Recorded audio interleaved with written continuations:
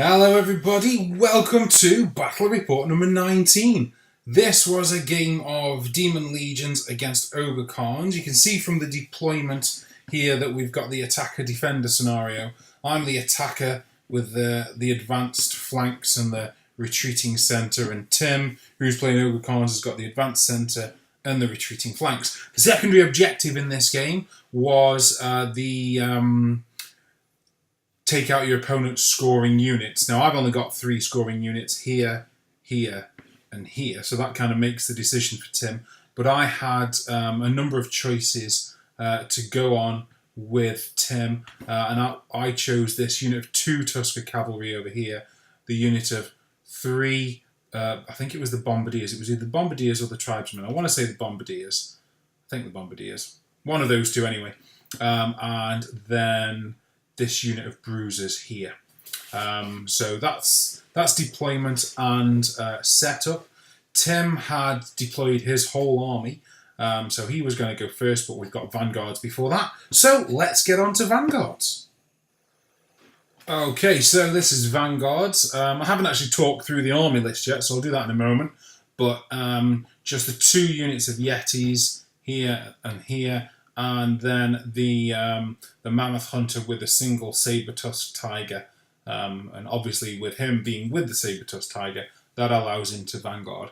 I did forget to talk through the army list, so let's just go through those quickly. We've got a unit of Bruisers, the 2 Yetis here, 3 Tusker Cavalry, another unit of Bruisers, a unit of Bombardiers, unit of Tribesmen, a unit, they vanguarded as well, a unit of, what are they called? Scraplings here, a unit of Tribesmen, there is a Kargan in here, another unit of Bombardiers just there, you've got the Mammoth Hunter with the Saber-Tusk there, Frost Mammoth, another unit of Bombardiers, another unit of Tribesmen, 2 more Tusker Cavalry here, and then the 2 other Yetis over here. On my side, we've got a unit of Crushers, a unit of Furies here, 29 Slaughterers, another unit of Furies, another unit of Crushers, the Scourge of Wrath here, there's another unit of Furies just on the side of him there, and then 2 cannons just there. I did say in Battle Report 18, this is not my list, I take no credit for it. This is the list of the French team captain from the Salamanca tournaments earlier this year, and I've got to be honest, I love this list. So yeah, there you go, that's our lists. Deployment and Vanguard all done, so let's get on to turn 1, which was going to go to Tim because he had deployed his whole army first. Okay, so this is the end of Tim's movement 1. And you can see basically he's got his Yetis up here in the way of my Crusher Knights. He's got his Scraplings here in the way of the Crusher Knights. He's brought the Saber-Tusk up in front of the Scourge of Wrath here, and he's had the Mammoth Hunter leave that there. So I presume what he's trying to do is get a charge on me perhaps later on, maybe. And he's got the Yetis just coming up here onto the edge of the water feature there in front of the cannons. Other than that, everything's just kind of moved up at a standard kind of speed. So that's it. That's Tim's movement 1.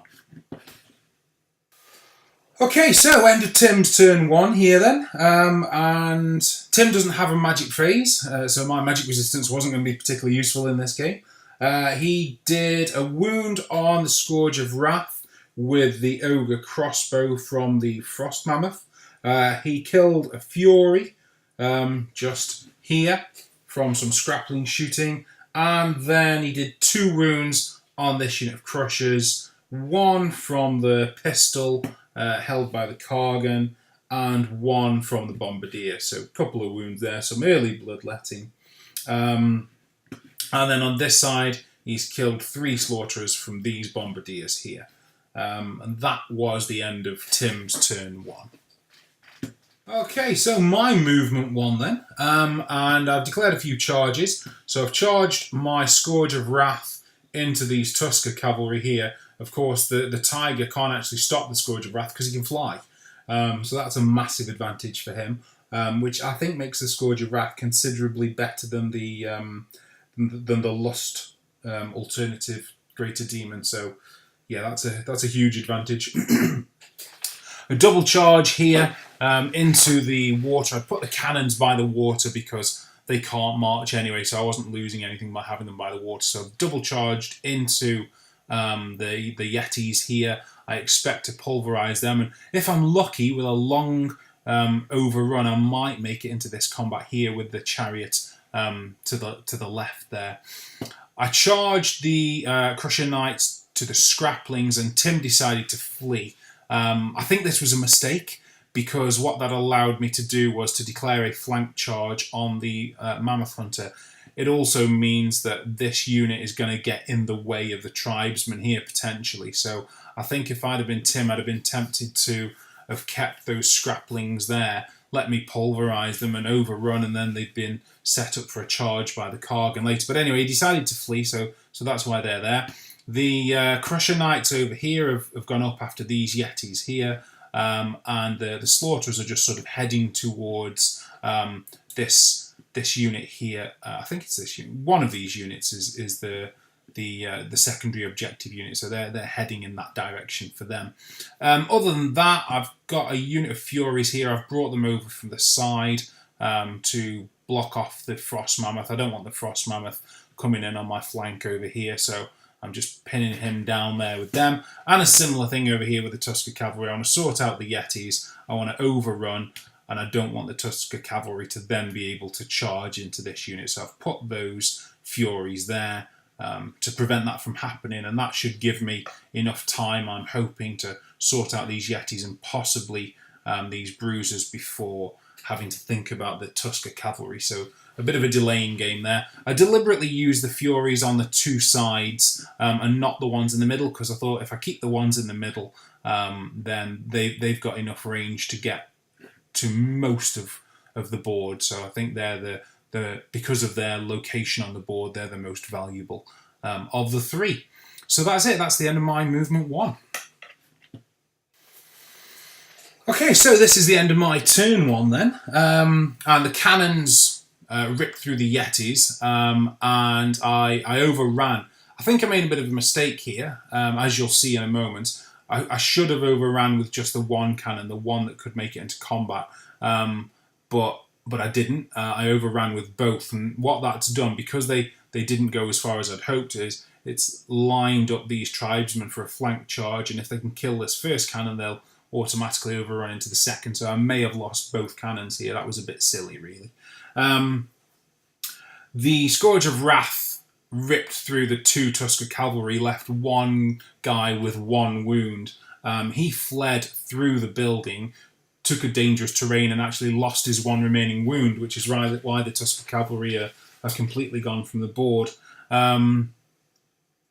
The Mammoth Hunter over here, oh god, this guy.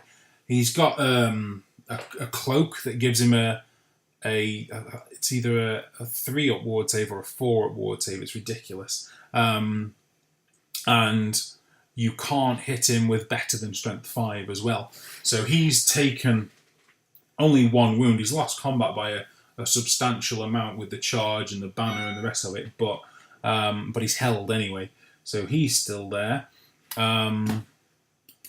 And on the other side of the board, just over here, the Crushers, as you can see, ripped through the Yetis and overran, but not to a sufficient extent that they could get into this unit. They'd have needed a double 6 on a swift striding overrun, so it was always unlikely. To be honest, I'm not that bothered if 3 Bruisers charge this unit. That they can muscle it. So the main thing is they can't get charged by the Tusker Cavalry at this point. So that's the end of my turn 1.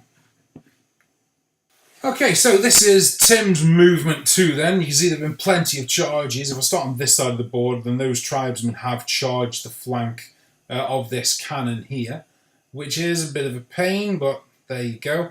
And the two, well, let's actually go over here. The Frost Mammoth has charged into these Furies. Obviously got to get rid of the chaff, so that makes sense.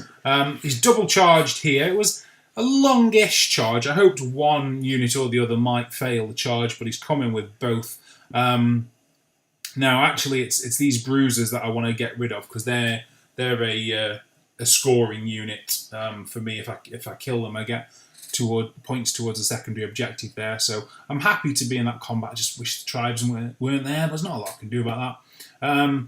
Tusker Cavalry here, getting rid of the chaff again, makes perfect sense. And the bruisers here have charged into the to the Crusher Knights here. The Scraplings here have rallied, which is good in one sense, but again their presence prevented a charge in this direction with this unit, and I'd placed these slaughterers so that they were just out at the time of charging on that 45-degree angle there. So they weren't able to make that charge. So there you go. Not a bad movement phase, really. Tim's made a lot of correct decisions here, exploiting the flank charge, getting rid of the chaff. I'd have gone after this myself, I suppose, really. Better to charge than to be charged, and he's in a fairly good position here with this. So yeah, going well for Tim at the moment. That's the end of Tim's movement turn 2.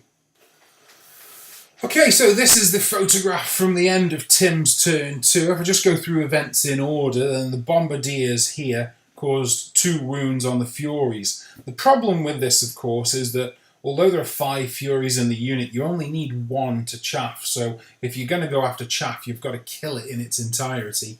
And obviously there are 2 left here, which is more or less as useful as 5, really. So a couple of wounds there anyway. The cannon did a great job over here and actually drew the combat.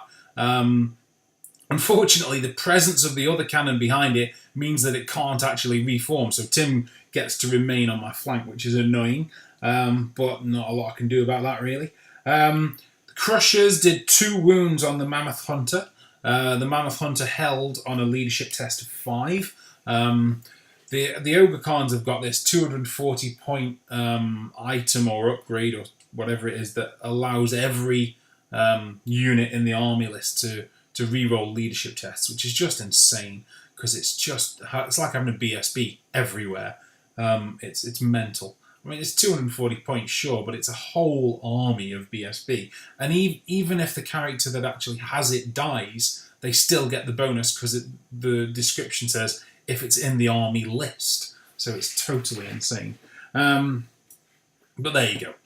What else happened over here? The Frost Mammoth punched through the Furies. That was to be expected. The Slaughterers held. Tim had some incredible dice rolls in this combat. You can see the damage that he's done there. He was constantly getting, hitting on 4s, 75%, wounding on, what would it be, 3s, similarly, like 75, 80%, and then I was getting very kind of average saves there, but yeah, you can see the damage done there. Over here, the Tusker Cavalry smashed through the Furies and overran, so that puts me in a difficult position here, to be expected, I suppose, really. I've only got 1 combat here to take these guys out, and based on what's happened in 1 turn, that doesn't seem very likely. So yeah, that's that. And then over here, the Bruisers predictably didn't do very well against the Slaughterers. Broke from combat, but they weren't able to catch him, which is frustrating because Tim's rolling 2d6 and I'm rolling the 2 best of 3d6. So I'm annoyed that the Crushers didn't catch that Bruiser there, but that's life. What can you do? So that's the end of Tim's turn 2. Okay, so on to my turn 2 then. And I charged this 1 remaining Bruiser who fled off the board. And I pursued him off the board, so that's why the Crushers are there. They'll come on at the start of my next turn. What else did I do in this turn? I moved this cannon here sort of over to the side and then reformed so that I could charge these tribesmen if they're still there later on. And I brought the Scourge of Wrath around the side here, ready to to charge this Frost Mammoth. So I've put the Furies up here. I'm hoping that the Frost Mammoth will get through them and then go so far, maybe 7-8 inches. I expect him to move this unit out of the way, and I expect him to have the sense not to bring this unit up into this space here. So I expect the Frost Mammoth will be able to go some distance, but I think the flying movement 8 Swift Stride of the Scourge of Wrath should allow me to keep pace with him. I'm only 1 inch behind him here, quite deliberately, so that should kind of work out, I think, really. What else have we got over here? I think everything else is actually locked in combat. So that was the end of my movement turn 2. Okay, so end of my turn 2 here then. And over here, the Mammoth Hunter died in combat, which allowed me to reform here. So my Crushers are going to be able to come towards the middle of the board later on, so that was good. The combat over here with the Cannon and the Tribesmen was very lame, actually. Nobody did any damage to anyone. They sort of had a hissy fit and sort of stood around a bit, really. So I was able to reform at the end of combat because the other cannon wasn't in the way anymore, which was good. The Slaughterers over here actually won combat by virtue of the fact that they had a musician and my opponent didn't. But the Ogres, predictably, with their re-roll leadership tests everywhere on the board, they held. So that was that. But the Slaughterers did manage to finish off another bruiser and take this last one down to 2 wounds. So that's fairly good news, because although I do expect to lose this unit when the Tusker Cavalry come in, I've got enough wounds here, like 1, 2, 3, 4, so that I'll be able to get the majority of my attacks, I hope, on this one last bruiser and at least take this scoring unit before my own scoring unit dies. So that's kind of that, really. That's the end of my turn 2. Okay, so Tim's movement turn 3 here then. If I start on this side of the board and kind of head that way, you can see the Tusker Cavalry have charged down the hill into the flank of the Slaughterers, so that's going to go badly for the Slaughterers. Tim brought his Bombardiers up here, and he's got his Scraplings in the way of the Crushers here, so he's chaffing this unit up and presumably trying to shoot at it. He's got his Tribesmen in the forest here. They're still kind of standing around in the middle here. I don't think he wants to get too close to this unit, because obviously these guys could potentially overrun this way. So I presume that's why they're there. He's got his 2 units of Bombardiers here, both turning around to try and do some damage to the Scourge of Wrath before it gets into the Frost Mammoth. That makes lots of sense to me, really. And he's going after the chaff here with the Frost Mammoth, which of course he's got to do. Really clever move over here, though, is to take that Saber-Tusked Tiger into the way of this chariot here, meaning that it can't flank charge these Tribesmen, putting this chariot here in a one-on-one fight with these 2 Tribesmen. So that's a really clever use of the chaff there. So that's the end of Tim's turn 3 movement. Okay, so this is the end of Tim's turn 3. He didn't actually manage to do any damage to the Scourge of Wrath with the Bombardiers, so I was quite happy about that. Did a wound on the Crushers with some Scrappling shooting, and a wound on the Crushers from the Bombardiers as well, so total of 2 wounds there. The cannon died over in combat here, but only left the 1 Tribesman with 2 wounds, so hopefully I can try and get something out of that a little bit later. The Frost Mammoth beat the Furies, which was predictable, and then rather than run the distance and risk the flank charge, Tim's elected to reform to face the Scourge of Wrath, which I think is probably a good idea there. So that's that. The Tuskers, as you can see in the middle of the board here, finished off the Slaughterers, but the Slaughterers did manage to finish off the Bruisers, so I've lost a secondary objective and gained one there. So I'll take that trade-off. They've kept those units busy for a while. That's not so bad. And then these 2 units have reformed here to face off against my Crusher Cavalry here. So that's yeah, it's a good turn for Tim, really. Things are crumbling around the edges with my army list a little bit here. All the chaff is gone. One of the blood chariots is gone, and the slaughterers are gone. So all I've really got left at this point is Crushers, Scourge of Wrath, and a blood chariot. But of course, those are sort of four of my tougher units. So let's see how we go. That's the end of Tim's turn 3. Okay, so we're into my movement turn 3 here then. If I start on this side of the board, so my Crushers have come up here to hide behind the hill, and I'm making use of the terrain here. The Tusker Cavalry can't see me, so they can't charge me. I think I'm right to say that I can march when I come back on the board. I just can't charge. So if I'm wrong about that, please leave a comment below. But I think I'm right about that. So that's why they're there. Getting rid of the chaff over here is the only thing to do. So charge there. I've charged the Saber Tusk here. Got to get rid of that chaff as well. But I think that the key moment here is in this area here, because what I've actually managed to do with Tim only having the 2 bombardiers on the front rank, I can be in base, as long as I'm touching this one here, I can have the rest of my base lined up here, which means that my Scourge of Wrath can rip through this unit, I hope, chase it and overrun into the flank of the Frost Mammoth here. So that's why the Scourge of Wrath has gone after the Bombardiers and not the Frost Mammoth at this point. So that's the end of my movement turn 3.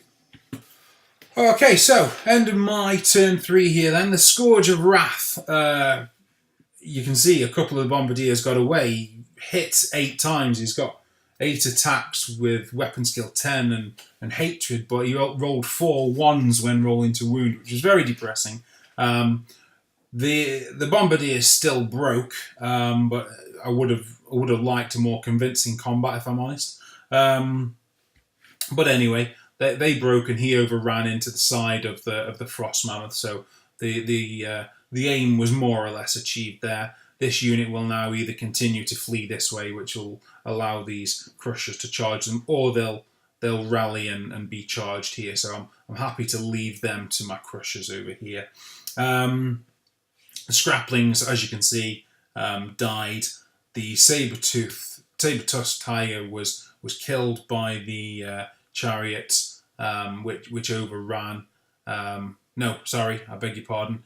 It was beaten, it fled, and it was caught, which is why the chariot's there. And that was the end of my turn 4. Okay, so on to Tim's turn 4 here then.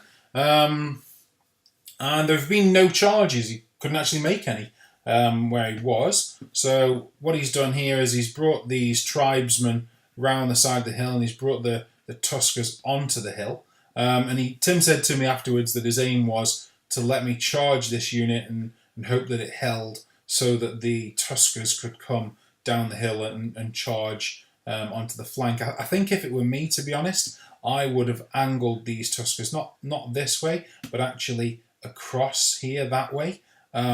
Because what Tim could have done would have been to flee from my charge, and then I'd have failed my charge. I'd have ended up sort of here-ish, and then he could have come down the hill. But with the angle that these are at, that may or may not be able to happen.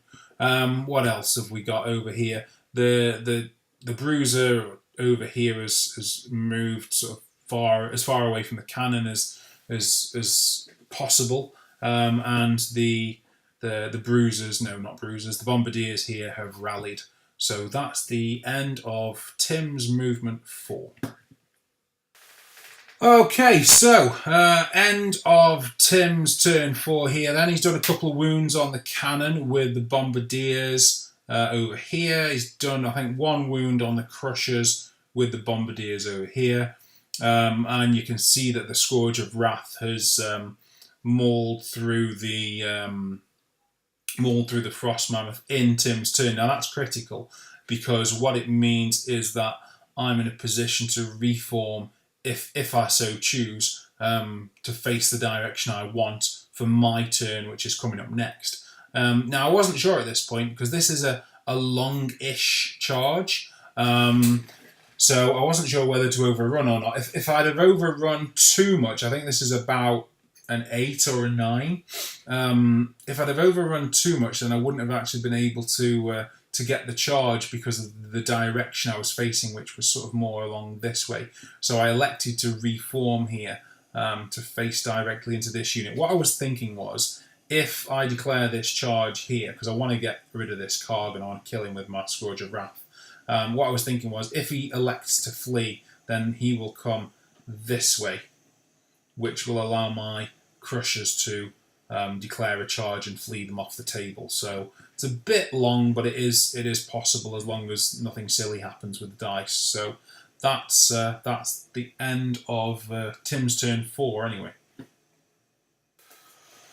Okay, so this is my movement turn 4 then, and Tim has quite rightly spotted the trap with the potential charge off the board from the Crushers. So he's elected to hold here when my Scourge of Wrath is charged in. So we're in combat there. The Crushers have come along the side here and have gone into combat with the tribesmen who didn't flee. If it were me, I would have fled. Because if they fail that charge and get hit on the flank with the Tusker Cavalry, then it's game over on that side of the board. The Crushers here charged at the unit that was there. I think it was the 2 bombardiers, wasn't it, from earlier with the Scourge of Wrath. They fled but were caught by the Crushers, which has allowed them to reform, which is why they're now facing into the middle of the board here. And what I'm hoping to do is either get rid of these bombardiers with them, well, possibly get rid of the bombardiers with them, and then perhaps head this way and support this other unit, is kind of where I'm going with that. The cannon over here has pivoted but not moved, so that doesn't affect its ballistic skill, and I'm going to try and just take a pop shot at this bruiser and get rid of it. Because this I think is one of my scoring units if I recall correctly. So yeah, there you go. That is the end of my turn 4 movement. Okay, so end of my turn 4 here then. This was depressing. The cannon hit with a strength 10 and then rolled a 1.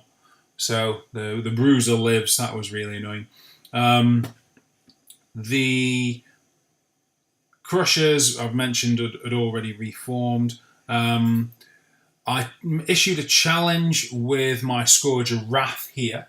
And the reason that I did that was I didn't want the tribesmen to be hitting me for free, and the Kargan as well.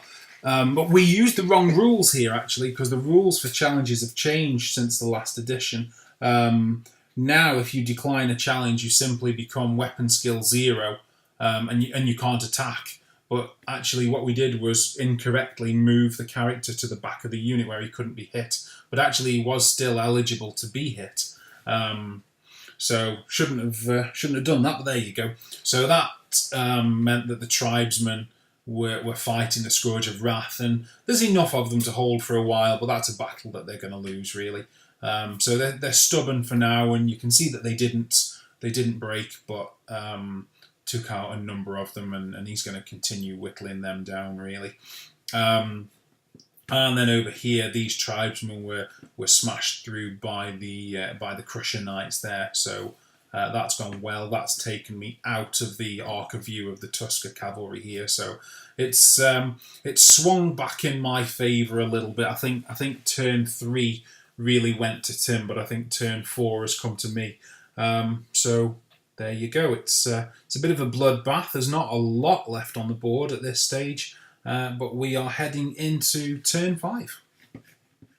Okay, so Tim's movement turn 5 then, and he's elected to charge at the cannon. He charged with both of these units, this single bruiser and the bombardiers, but the bombardiers failed their charge, which has meant that the bruiser's kind of having to go in alone. Now the cannon is down to 1 or 2 wounds, and he does have a great weapon, so he's hitting it pretty hard, but he is hitting it second. I can't actually remember what happened there. I'll see when I look at the photo. So this is as interesting for me as it is for you. What else have we got happening in the movement phase? The bombardiers here stayed where they were, really. because I don't think they could. Why are they there? I'm not sure why they're there. They might simply be electing to take the charge as bait, I think, perhaps for the Tusker Cavalry here. Not sure. Anyway, they're still there, and the Tusker Cavalry have reformed, ready to charge at the Crushers here if they go after these Bombardiers. So that is the end of Tim's movement 5. Okay, so this is the end of Tim's turn 5 then. So the Bombardiers managed to kill off a Crusher. So we've got only 3 and 1's down to 2 wounds here. The gamble over here on this side of the board didn't pay off, as the cannon and the mauler disposed of the bruiser before he got to hit them. So that's unfortunate for Tim, really. There's points kind of given away there. And the battle in the middle continues here, and the tribesmen are being whittled away. We've taken another sort of 4 or 5 wounds there. So that's the end of Tim's turn 5. Okay, so this is my movement turn 5 then, and you can see that what I've done here is I've charged the chariot into these Bombardiers. I've taken, I think, 1 wound on the stand and shoot reaction, so I'm down to 1 here, but if I don't get into combat over here, they're going to shoot me off anyway, so I might as well take that chance there and see what happens there. I've charged the unit of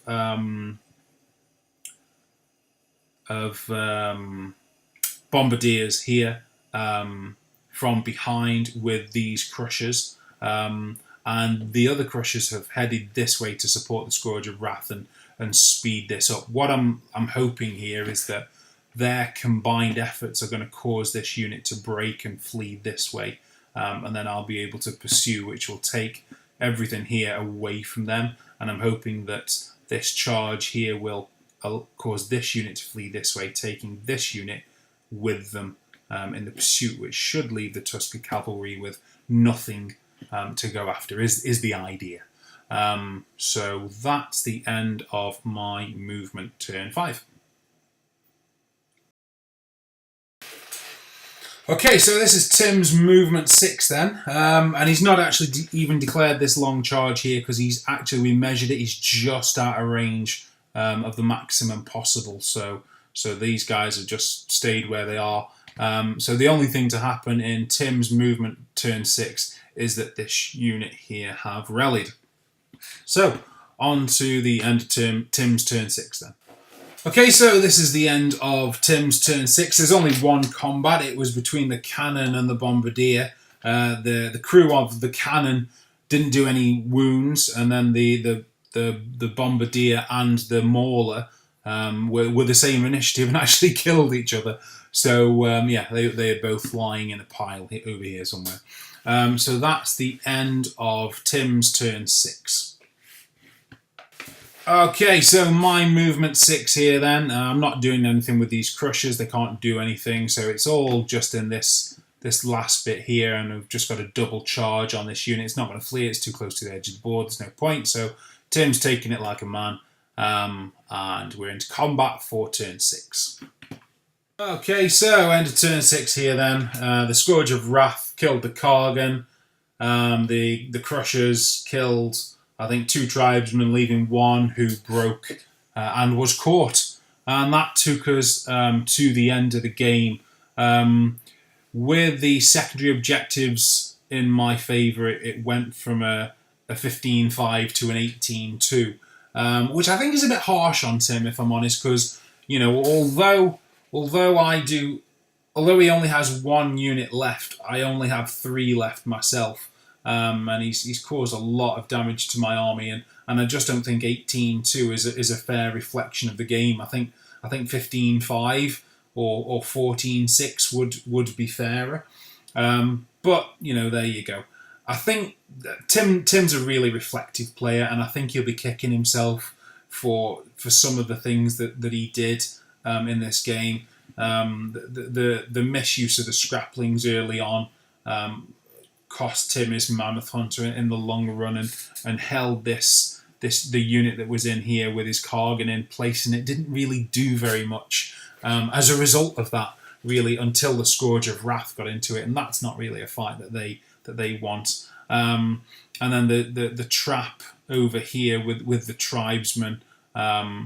Like I say, I'd have fled, and then the Crushers would have finished off this unit, which would have swung things back in Tim's favour a little bit more. It would have probably meant that they'd have then been able to charge on the flank of the Scourge of Wrath, which could have turned the whole game into a draw, actually.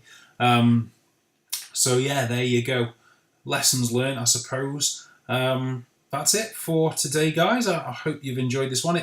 It's a longer one, I know, and that's just because of the sheer amount of things going on in the game, which can only be a good sign, really, because, yeah, good to have lots to talk about, I suppose. Right, guys, that is it for today. There will be more battle reports about this time next week, so thank you for watching, and good night.